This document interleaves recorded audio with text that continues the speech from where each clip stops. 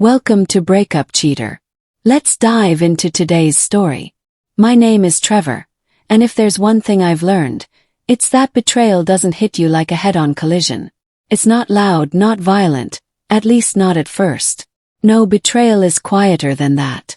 It creeps in like a gas leak, silent, odorless, until one day, without warning, everything explodes. Nancy and I were married for 6 years. The first 3. Solid. Not perfect but honest. We had rituals, shared coffee in the mornings, dumb inside jokes, lazy Sunday movie marathons. There was love. Not fireworks every day but something steady, something real. And then, like most slow deaths, things began to fade. Didn't happen all at once. Never does. She got promoted at her firm. Bigger title. Bigger paycheck. Bigger responsibility. Suddenly, there were more late nights, more emergency meetings, and less time for the two of us. I didn't question it at first. I wanted to be supportive. That's what a good partner does, right? Big meeting today. I'd ask as she grabbed her keys. Yeah. Huge, she'd mutter, barely glancing at me. And after a while, that's what our mornings turned into. Brief exchanges, no eye contact, no warmth. She stopped touching me. Stopped laughing at the things she used to find hilarious.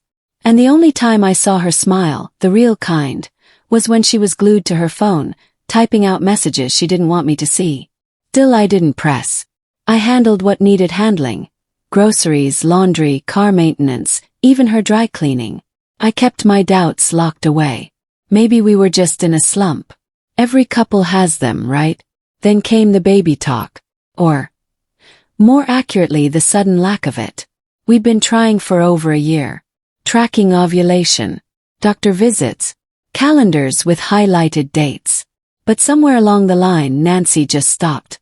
She stopped taking her temperature, stopped making appointments. When I gently asked if she still wanted to keep trying, she shrugged and said, "Let's not force anything."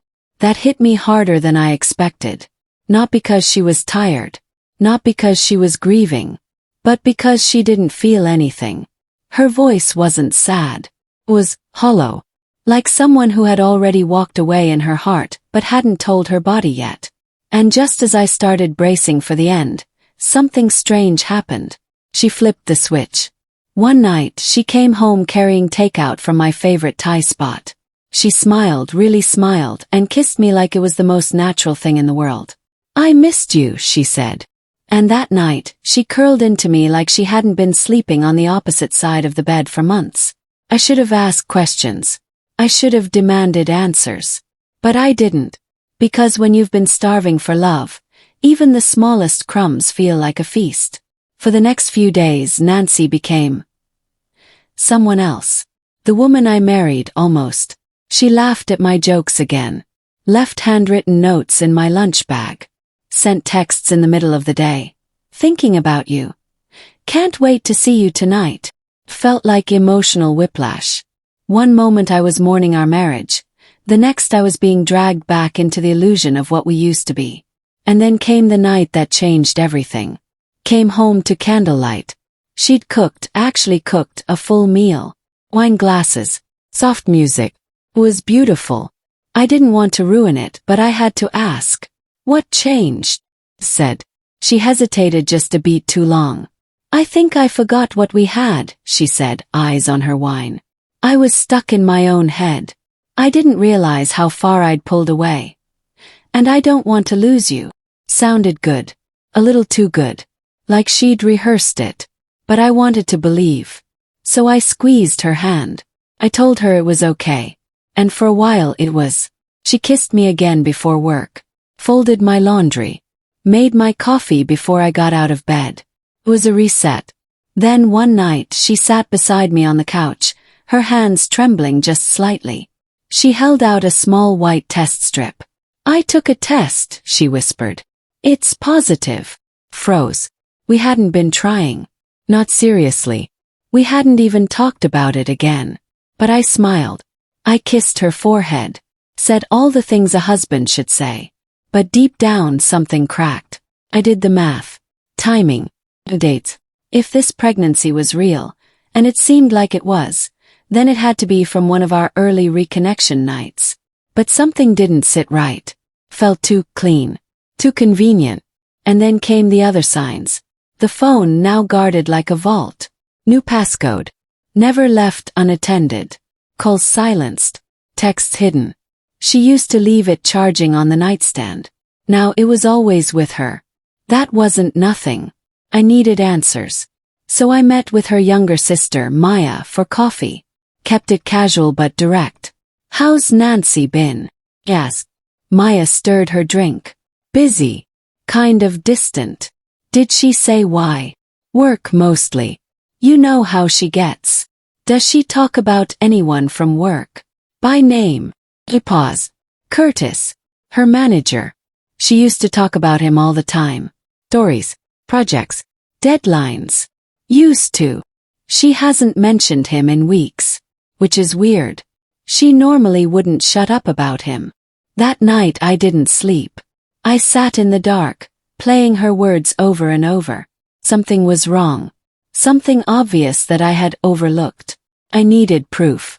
I found it in the back of our hallway closet. Her old tablet, dusty and buried in a box of random chargers.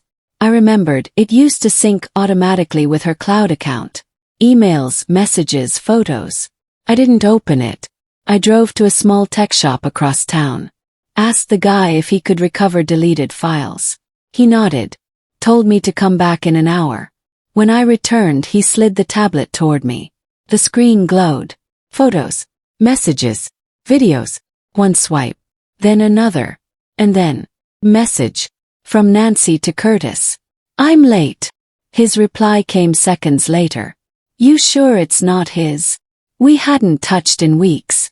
It's yours." That's when I stopped breathing. Everything made sense now. The sudden affection, the revived intimacy, the "I missed you" dinner.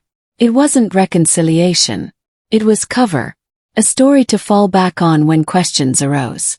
I didn't cry. I didn't scream. I just sat in the car cold and numb. Because once the fire goes out, all that's left is clarity. And clarity makes decisions easy. I wasn't going to confront her in private. I wasn't going to let her control the narrative. I was going to end this on my terms. Publicly. A week after her first scan, I brought it up at dinner. "We should do something," I said, cutting into my steak. "For the baby." She lit up. "Like what?" "A shower. Something small.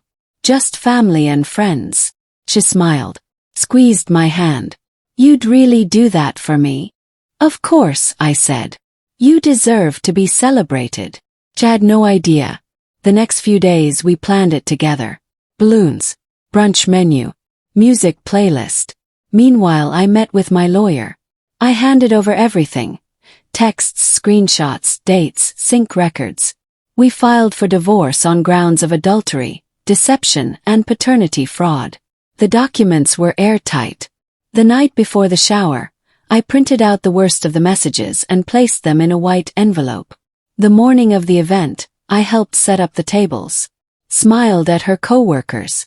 Hugged her parents. She looked radiant, glowing. A performance for the cameras. And when the cake came out and the applause started, someone from the back called, "Say something." I stepped forward. Clear. "Thanks everyone for being here. It means a lot to celebrate something this important. Even if things aren't always what they seem." The room fell quiet. I turned to Nancy and held out the envelope. "This is for you." She laughed, confused. "What's this?" "The truth." She opened it. Her hands slowed as she read. Her eyes stopped on one line. "We hadn't touched in weeks. It's yours." Gasps rippled through the room. Someone dropped a fork. I turned back to the crowd. For those who don't know, the baby Nancy's carrying isn't mine. It belongs to her boss. The one she said was just a mentor. The one she's been sleeping with for over a year. Nancy stepped toward me, her voice cracking. "Please, not like this. Can we just talk?" I shook my head. "I'm done talking." I looked around. Her parents, friends, coworkers, all of them watching. No anger. No drama. Just truth, I said. The divorce is already filed. And then I walked out. I didn't go home that night. Got a hotel. Turned my phone off. Let the world burn without me. Days later I came back to the house. She was gone. No note. No apology. Just a hollow silence and empty photo frames. Few days later Maya found me. She's not doing great, she said. I nodded. She made her choices. She wanted me to tell you she's sorry. I stared at her for a long time. She's not sorry she did it. She's sorry I caught her.